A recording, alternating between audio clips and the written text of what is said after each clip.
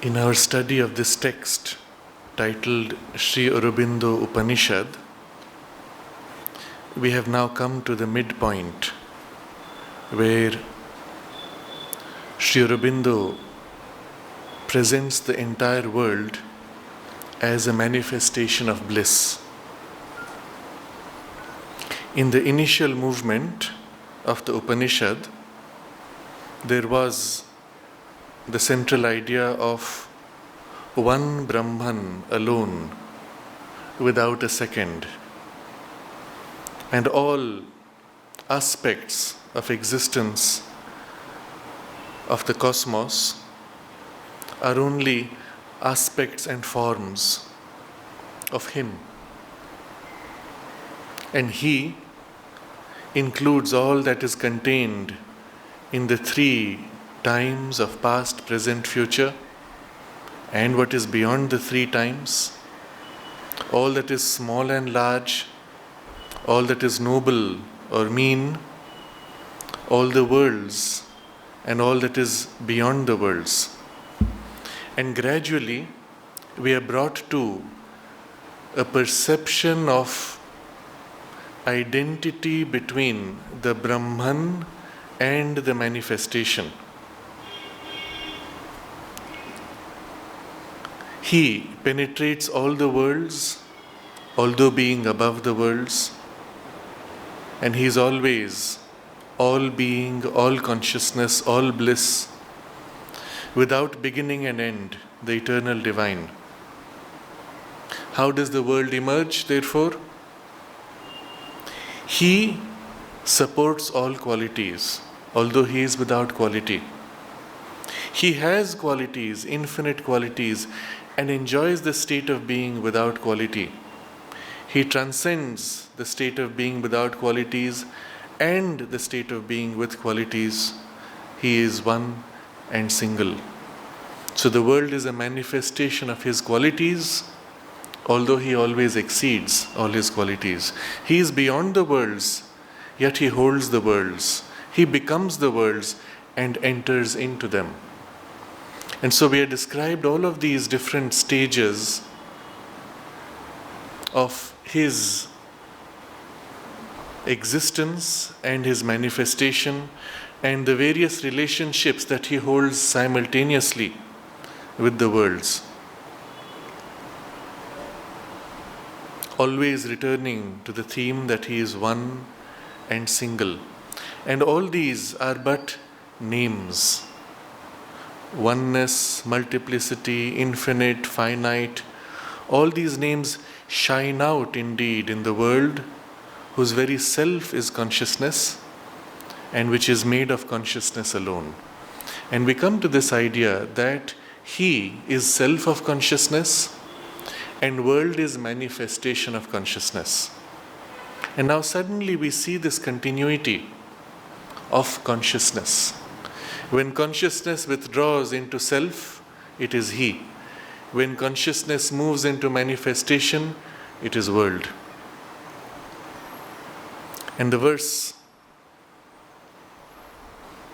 7, which we briefly review because it will relate closely to the next verse that we study.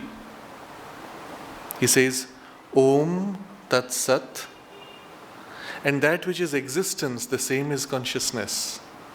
The world constituted of consciousness shines in the spirit which is consciousness. It is the real light of the real divine. And the world is described as light of the divine manifesting. Verse 8 then plays on this relationship of the source of the light itself, and that which appears in the light. And we have studied that extensively. The three images of the sun, with the sun's reflection fragmented in the restless waters, multiple, or the light of the sun which fills the solar world with its force as if running, and then the flaming disk of the sun, which is not the sun itself, but the material form manifesting the sunness of the sun. And all these are real. The sunness is real, the form manifested of sunness is real, the light that is as if running is real, and the reflection in the waters of multiplicity is also real. And similarly, here the world Brahman is the true light of the divine, not a dream, nor illusion, nor a false shining. It is the real light of the reality. Not the divine in himself, but still he himself only. And then the series of images, this is the supreme Maya, this is the greatness of the yoga of the mysterious Lord of Yoga, Sri Krishna. This is blissful Leela with his consciousness force. This is the inconceivable working of the Supreme. In this verse 8, we saw the whole description of the world manifestation with the image of the sun and the light of the sun. We read several passages from the Secret of the Veda which elucidate this symbol. I mentioned in passing also that it is this symbol which we concentrate upon, or this truth behind the symbol which we concentrate upon when we pray to the sun or invoke the sun. I thought it worthwhile briefly to link this also with the very famous invocation of Gayatri Mantra, which is directly an invocation to the light of the sun to illumine us. There is the traditional Gayatri, which is repeated by millions of people every morning as they stand before the sun and invoke the light of the spiritual sun on the mind. And then there is the new revelation of Sri Aurobindo's Gayatri, which takes it a step further and which is infused with the power of the realization of the integral yoga. In his commentary on the Gayatri Mantra, Sri M.P. Pandit describes and translates the traditional Gayatri thus: we meditate upon that excellent splendor of the Lord Savitra. May he activate our thoughts. And he writes, it is addressed to the Supreme Lord of all knowledge and power, to the radiance issuing from the Supreme Source, in which is masked all the creative movement of the uncreate, that is the ultimate root of all movements in the creation. Let that light motivate and energize our thought movements. This is the commentary that Sri Kapali Shastriya writes. And you see here the same idea that all movements in creation can be traced back to higher and higher impulsions. Ultimately, their roots all are in that one source from which the whole creation emerges. It is the sunness from which the form of the sun emerges, out of which the light emerges, which is then reflected in the waters of multiplicity. Each ripple of the multiplicity traces back to a ray of the light, tracing back to the body of the sun, which is itself an expression of the essential sunness. So it is an invocation to this source of all knowledge and power to energize our thought movements. He then comments on Sri Aurobindo's Gayatri, which I would like to read out in greater detail.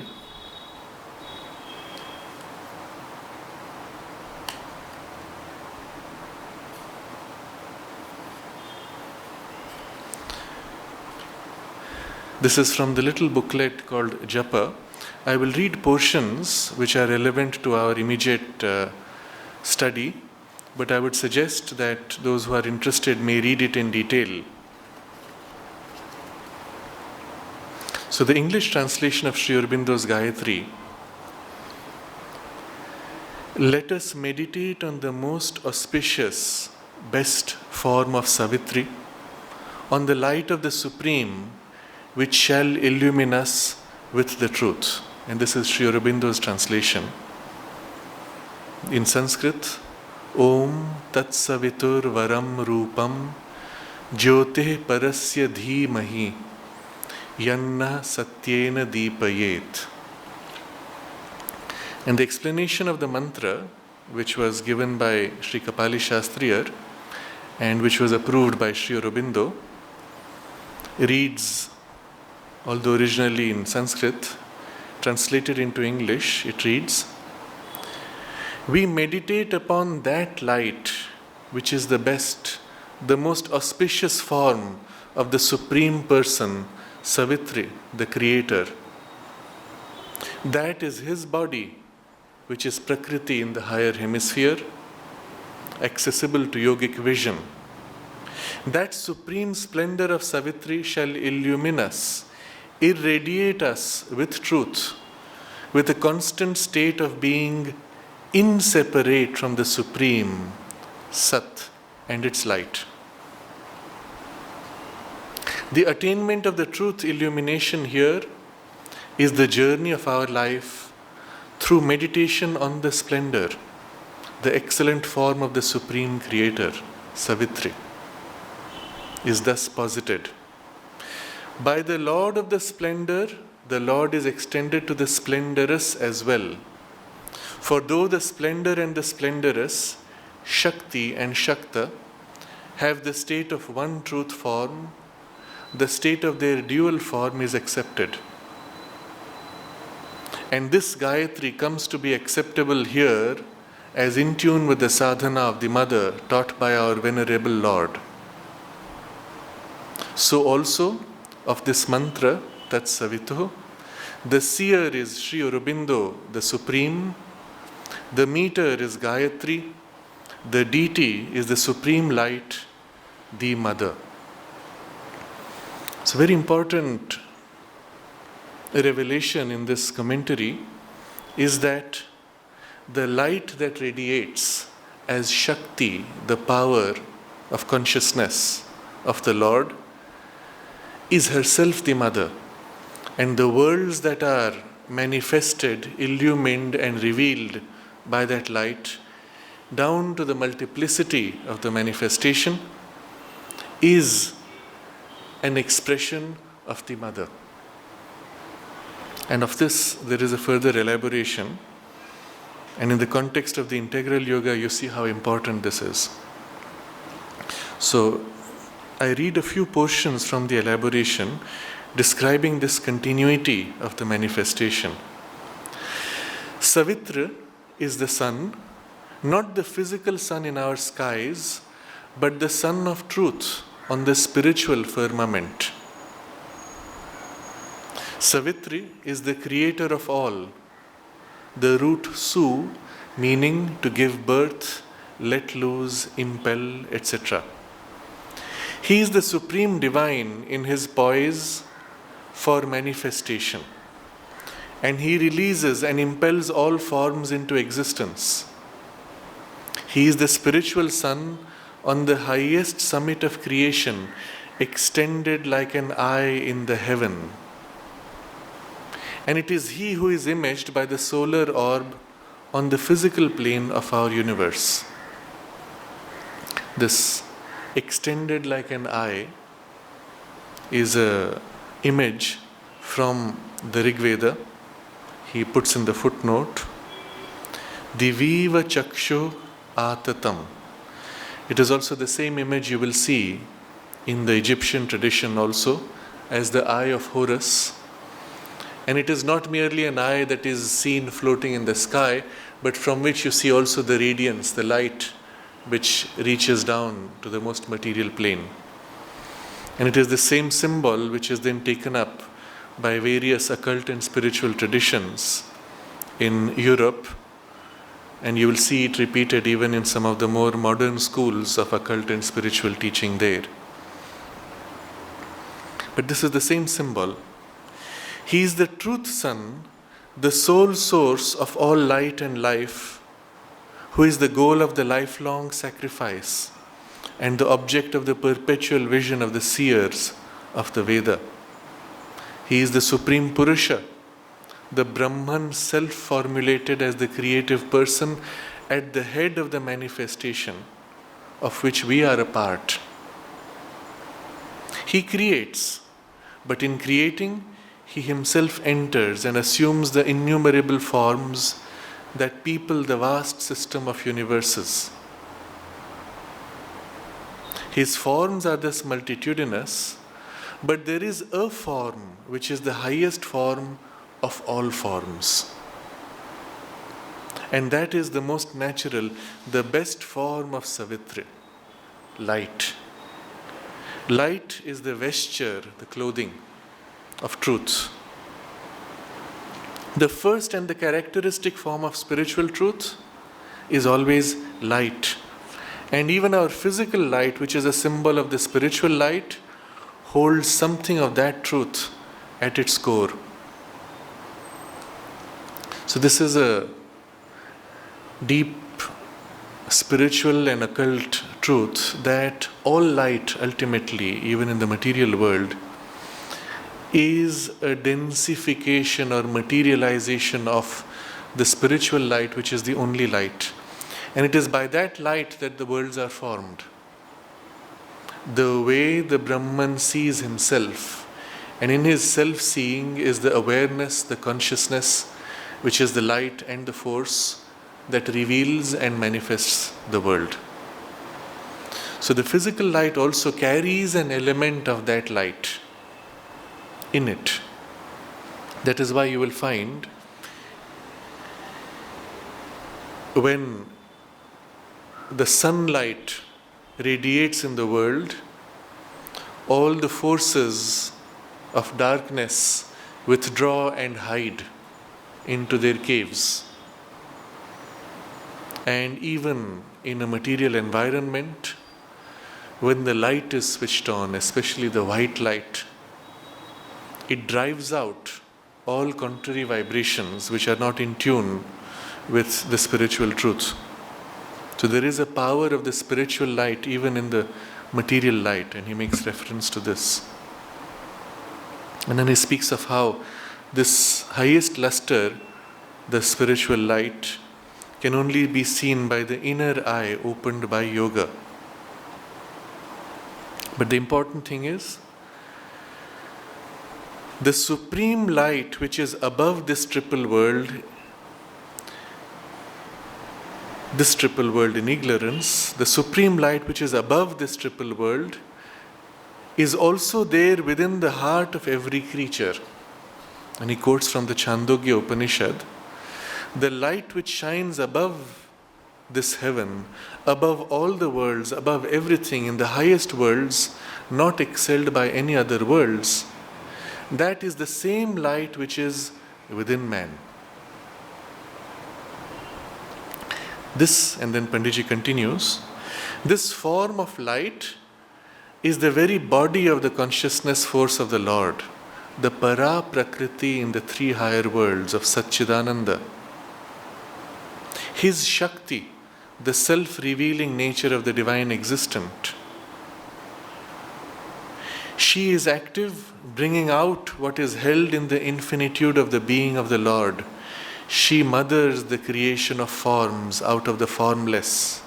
She is the Divine Mother. She has brought into being all these systems of universes. And it is also she, the same light force, the Shakti, that sustains and builds them up in the mold of the intention of the Supreme Lord. Only she can fulfill that purpose in us. So the idea is, not only she is the consciousness force that illumines and manifests the universe, but throughout she carries his purpose, his intention, his will in herself and fulfills him. And that intention also exists in us. And only she can fulfill that purpose in us. She also could relate us to the real truth of our existence, the Satyam, which each of our 1,000 movements struggles to express, aware, unaware, or unaware, in however imperfect or misguided form. So, the second idea is she links us to Him. She links us to His intention, His will, His purpose, His presence in us. In one of his commentaries, Sri Aurobindo observes that in the later period of the world's spiritual development, this linking principle of the divine Shakti was forgotten. And so the world was disconnected from its source. And even the yoga was made a hard, elaborate personal effort to get back to the Lord, forgetting that throughout she mediates between us and Him. She manifests Him to us, but also she, being in us, can lift us to Him most easily. This linking principle being lost, the nature of the yoga also changed. So, she also can relate us to the real truth of our existence, the Satyam. Let us invoke her to awaken in us a consciousness responsive to her workings and forge a living union of our aspiration with her will. Let us meditate upon her. Let us wait upon her expectantly with all the energies of our being gathered up and focused in the mind, so that the full charge of her illumination is received in our intelligence and held firmly. So shall she, the light of the truth, settle and spread over the entire expanse of the multiple being of ourselves and set it aglow with the flame of the truth.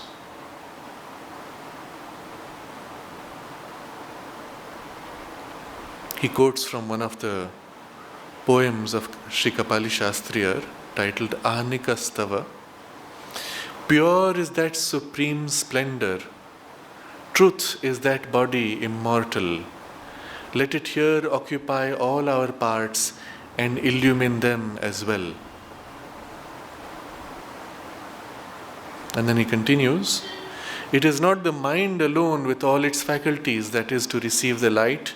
The whole of ourselves is to be reborn into that luminous truth. For the sadhaka of the Purna Yoga, the integral yoga of Sri Aurobindo, the significance and the value of this mantra in Gayatri meter is obvious.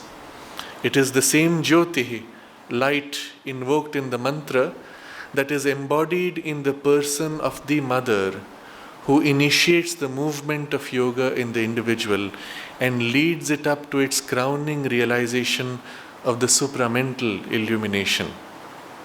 Hence, it is meet here means appropriate. Hence, it is meet that she is the deity of the mantra, and the mantra, charged as it is with the spiritual dynamics of its seer, Sri Aurobindo, the creator and emperor of the supramental life on earth, is a king idea. The mantra is a king idea that can link man's strength to a transcendent force and so ensure the glorious fulfillment of the object of this yoga.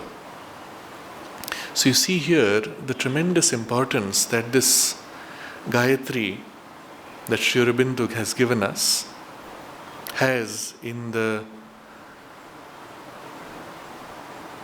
philosophy and the practice of the integral yoga. There is an important distinction between the traditional Gayatri and Sri Aurobindo's Gayatri. While the traditional Gayatri invokes the light of the sun to activate our thoughts, Sri Aurobindo's Gayatri invokes that light of the Supreme to illumine us entirely with the truth. And the truth here is, of course, the supramental truth. So to read the Gayatri and its translation again, Om Tat Savitur Varam Rupam Jyotih Parasya Dhimahi Yanna Satyena Deepayet.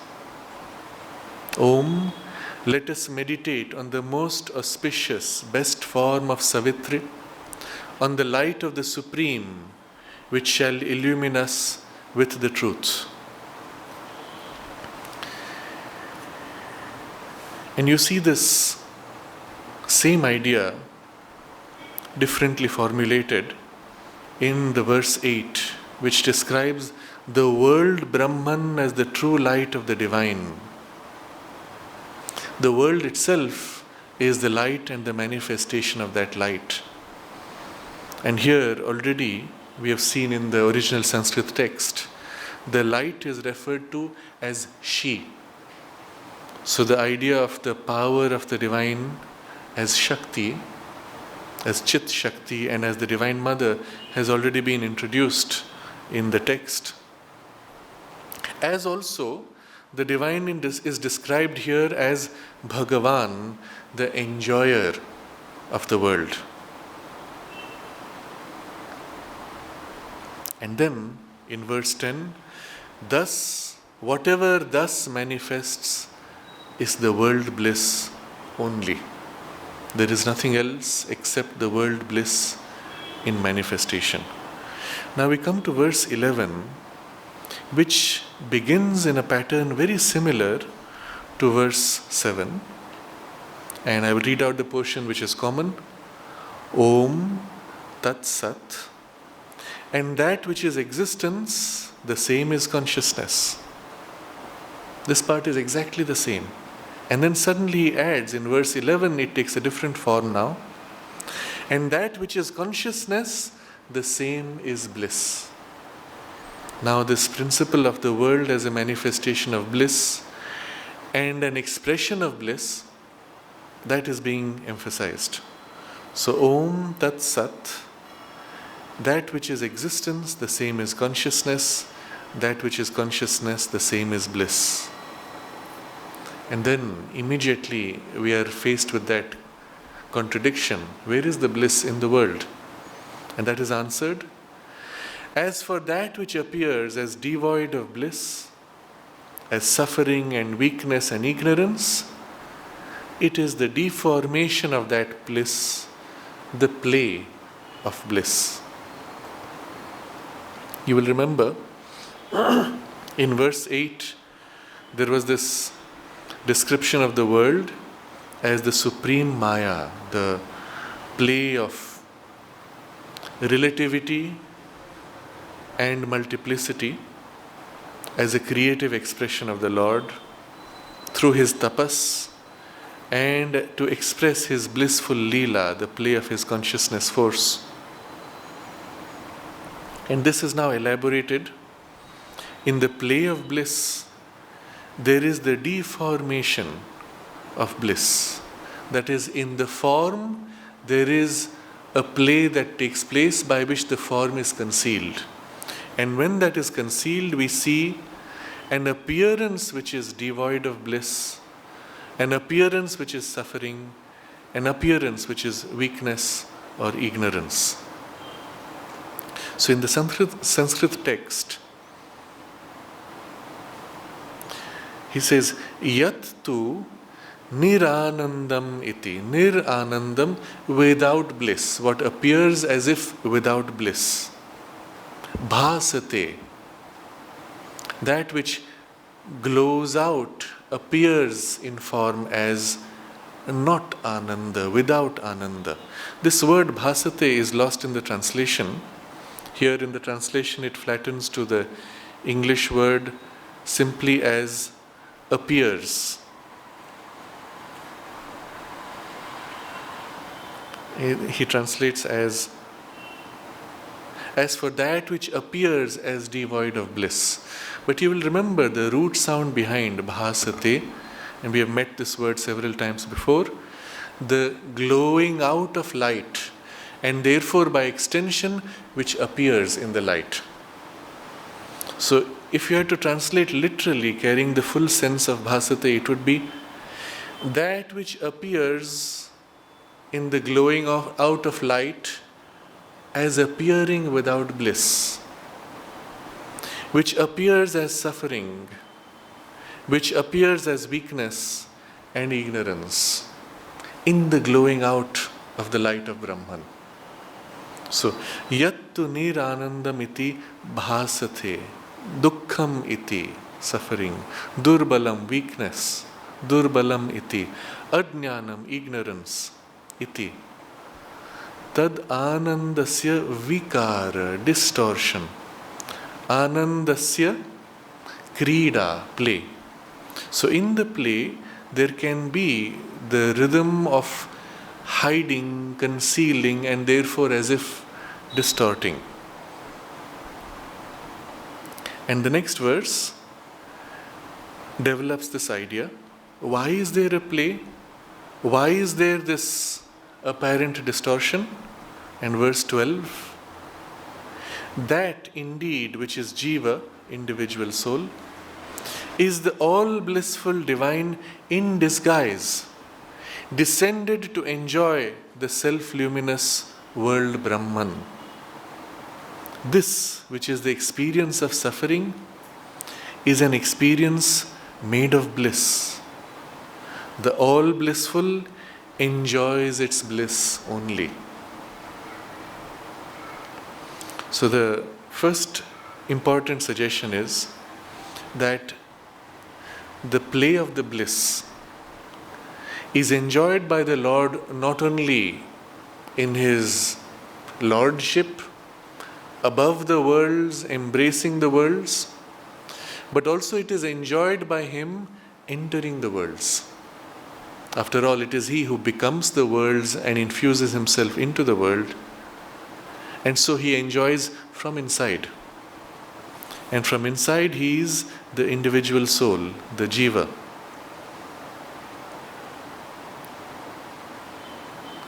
That Jiva is also the all blissful divine, Bhagavan, the enjoyer, in disguise, descended to enjoy the self-luminous world Brahman. Again, we refer to the Sanskrit text because it has some other suggestions.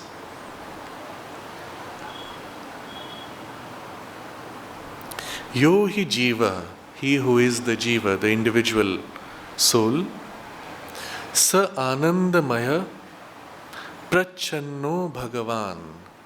He is the same all blissful, disguised, concealed Bhagavan, enjoyer of the world. Swaprakashamayam Jagad Brahma Bhoktum Avatirna. His world Brahman, which is created out of His own self-light, in order to enjoy that, He has descended in the play. So the idea is that first He creates this world out of His own light, and then He enters into it to enjoy that which is created out of His own light. And the word bhoktum, we have met it again in our earlier readings, to enjoy, but the word also carries in its root the same root as eating. So the enjoyment of the Lord in the world is equivalent to His eating. That is, the soul when it enters the world is nourished by the world experience, and he is as if eating from the world, the bliss of the world. And by thus nourishing himself, he grows. The idea of eating is through nourishment one grows, one becomes more, one becomes greater, one becomes complete, one expresses more completely the potential. And so when he enters the world as the individual soul, he enters to experience the world as a nourishment, and he grows in that process. So that use of the word bhoktum brings all these suggestions with it.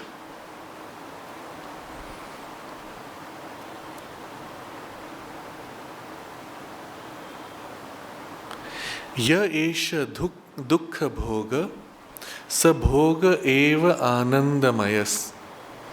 So that which is bhoga, experience, again the same word of eating, that which is experienced here as suffering, that is also the eating or the experience of ananda. So in the translation, this which is the experience of suffering is an experience made of bliss. Even when we experience suffering in our surface consciousness, it is in fact an experience of bliss for the Lord, and it is nourishment of bliss also.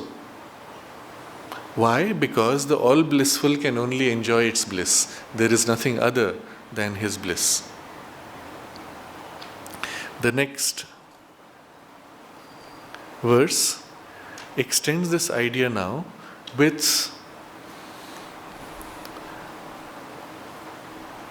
an elaboration of the idea behind. Why does he enter into the world to enjoy his bliss? Why does he accept to experience his bliss in terms of suffering or of weakness or of ignorance?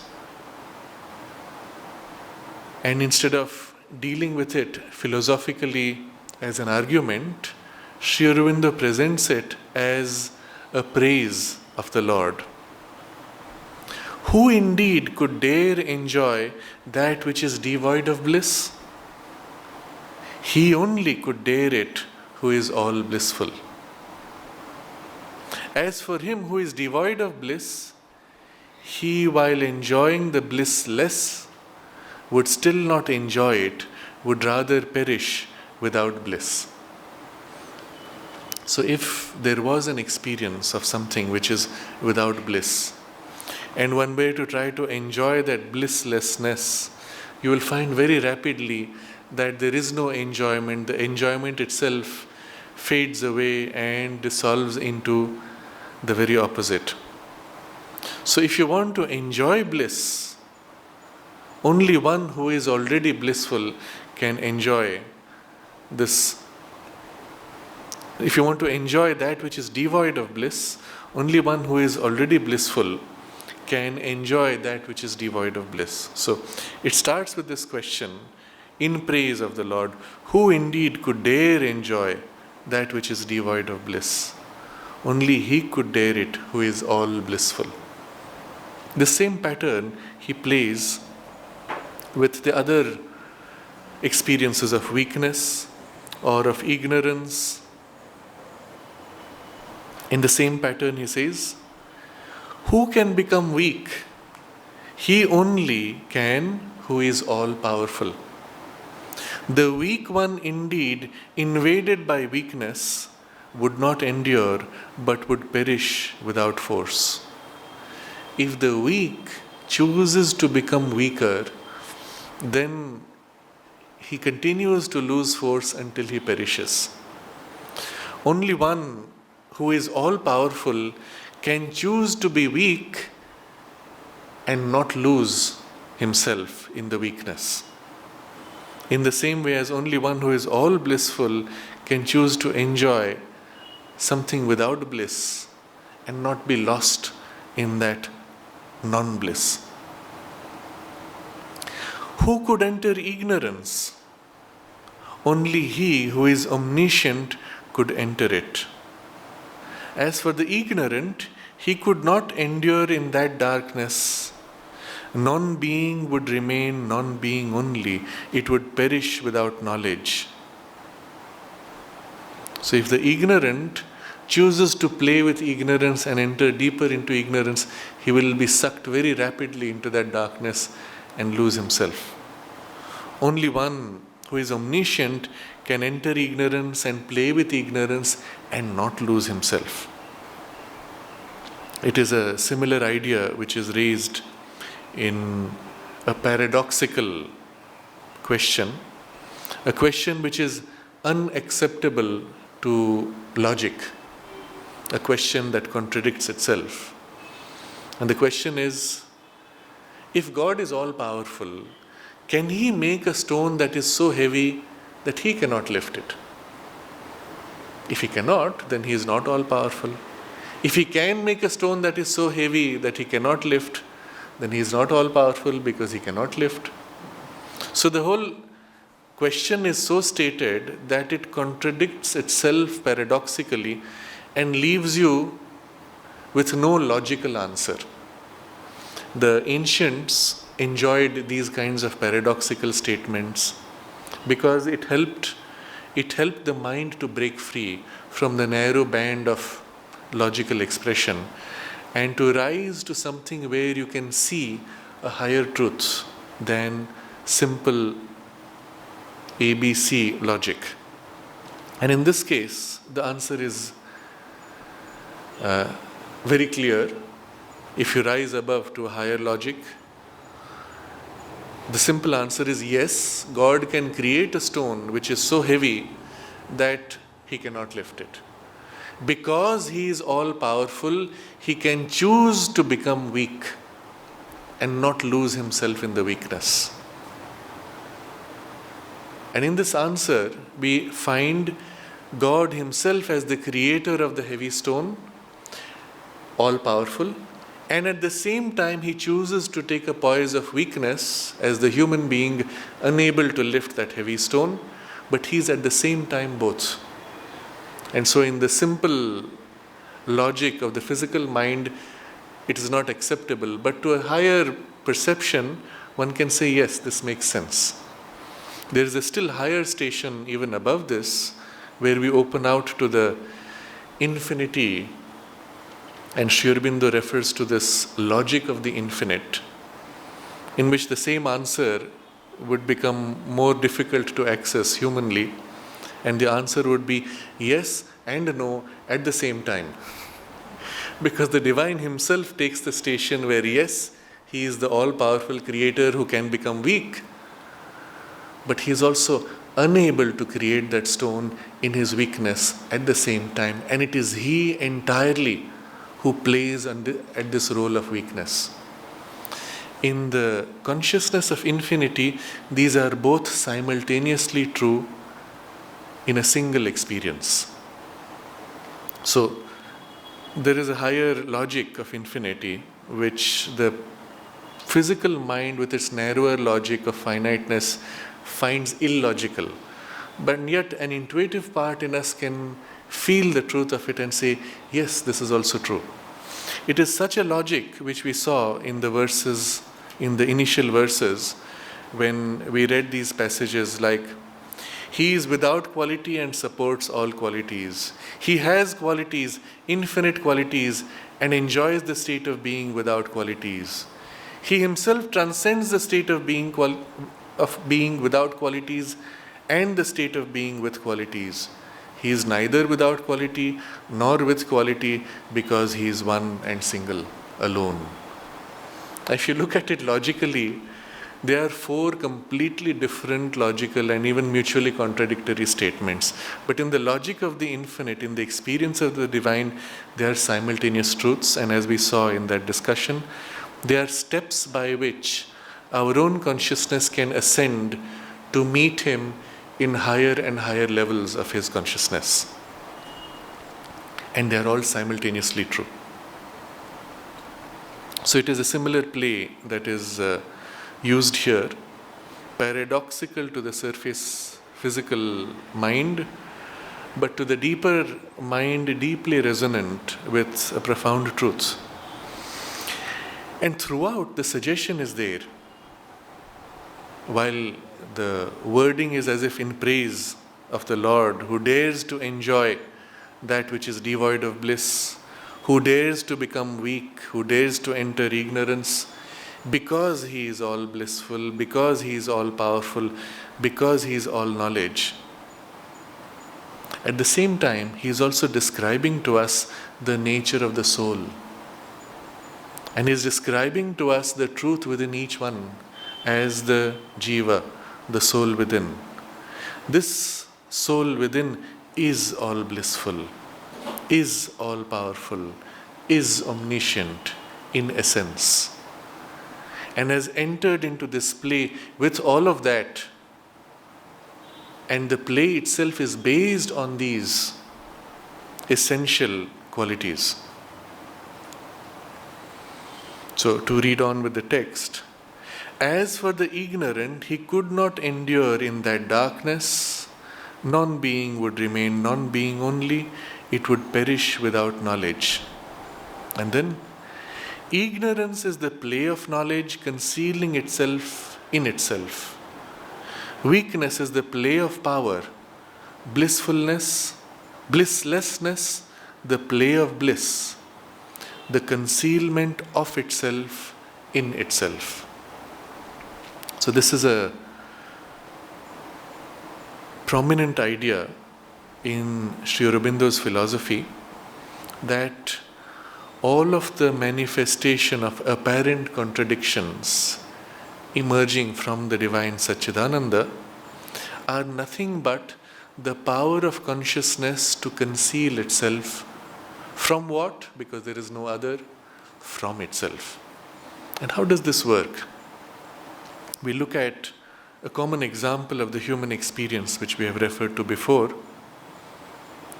Although we are strong enough, although we are intelligent enough to defeat that little child in his play, when we choose to play with the little child, we withhold our strength, we withhold our intelligence.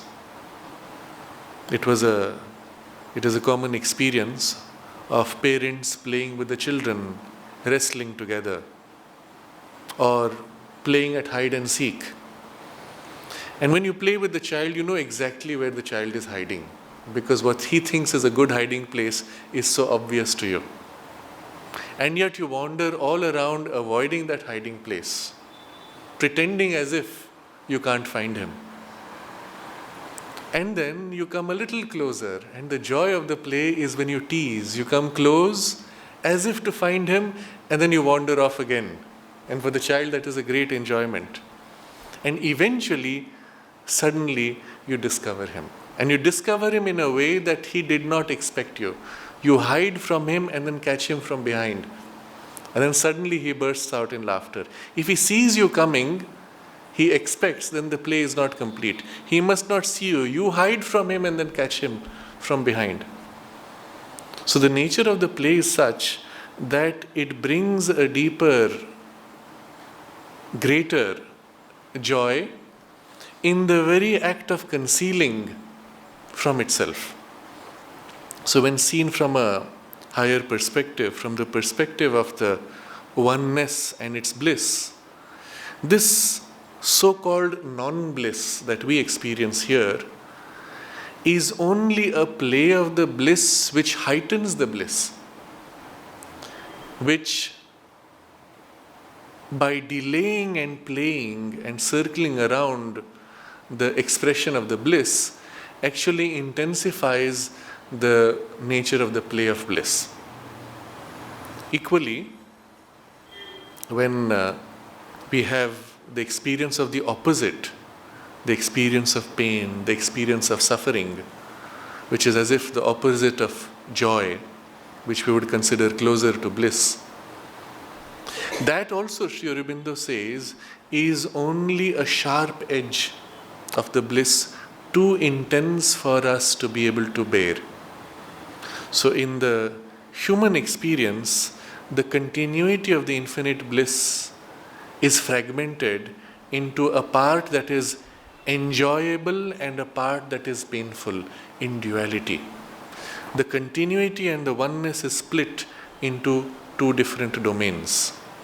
But the borderline, Sri Aurobindo observes, what separates pain from sensational pleasure is itself variable depending on our state of energy.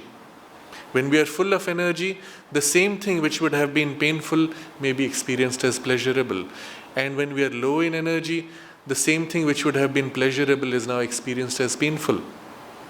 The duality comes from the inability of our senses to be able to capture the whole. We capture a piece, and in the piece there is a separation between this and that and the other. A fragmentation of the experience. So in order to be able to enjoy the fullness of the bliss, our consciousness and even our senses need to open out to embrace the all.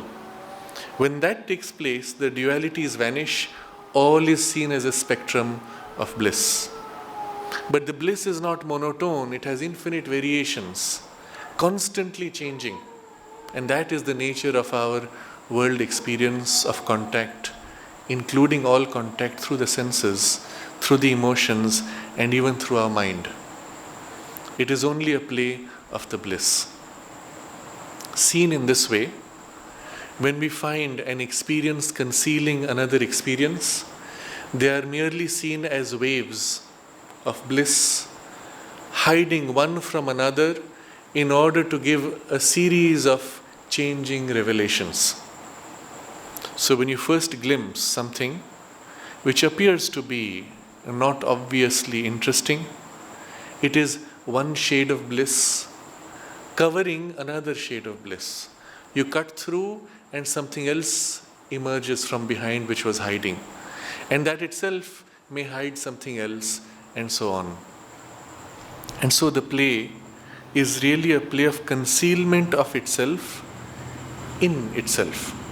So, ignorance is the play of knowledge concealing itself in itself. Weakness is the play of power, blisslessness the play of bliss, the concealment of itself in itself. To take a very simple example in the domain of knowledge, every time we express something which in our ignorance is seen to be wrong, we say, oh, that was my ignorance. But that same expression, if it were seen in the larger context, it would be seen to be true in relation to certain circumstances, but false in relation to the current circumstances. And yet it was true. Where is the ignorance here? It was only knowledge which was hidden behind another context or inside a different context. But it was still part of the whole knowledge. There is nothing which is not knowledge, which is not true in essence. It is only a truth placed in a different context, hiding within a different framework where it appears to be wrong or ignorant or false. So ignorance is the play of knowledge concealing itself in itself. You will remember the incident which we have often shared here, where the mother was speaking to somebody of work to be done the next day, and next day the person died. And someone asked the mother, didn't you know that he was going to die? She said, yes, there I know, here I withhold the knowledge. And she explained it was necessary for the purpose of the play. And the nature of the play is such, if mother were to express her knowledge fully and freely, then each time someone would approach her with a suggestion, she would have to say, no, that's not going to work, that's wrong, that's wrong, that's wrong. Because in the larger knowledge that she had, everything would be a tiny fragment, and there would never be a chance for us to ever experience learning from our mistakes or growing through our small steps out of ignorance. And therefore, in order to be able to play, as a parent plays with a child, she has to diminish the expression of the knowledge to a level which is accessible to us and where the play is allowable. The play itself is possible to us. So when we try to hide from her, she must allow that possibility of hiding, withholding from herself the knowledge where she already knows what is being hidden, and then deal with the person as if she does not know.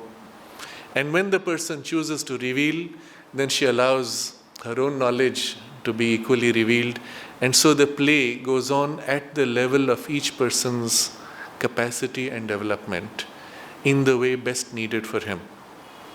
And therefore we see with each person her behavior to be very different, as necessary at that moment for that person.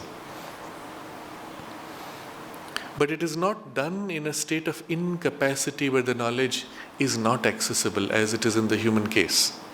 The knowledge is withheld by choice, and it is known that it is withheld within itself. On the surface, that is not expressed, but within it is known what is withheld and even why it is withheld for the purpose of the play. So it is the same with strength, which is withheld when the divine chooses to express himself as the worm, or it is the same in the expression of blisslessness in the play of bliss. So the next verse elaborates on this, and we will only read it for now and then meditate on it. Blissfully laughs the jiva, blissfully cries, sheds tears. So for the jiva who experiences all bliss, what we experience as laughter and tears are both facets of one continuous bliss. So blissfully laughs the jiva, blissfully cries, sheds tears, blissfully throbs as if shining in dark ananda, agitated by tortures, blissfully throbs, agitated by violent pleasures. For the full enjoyment of the dark, ignorant portion of the ananda, the jiva conceals it, becoming obscure and ignorant.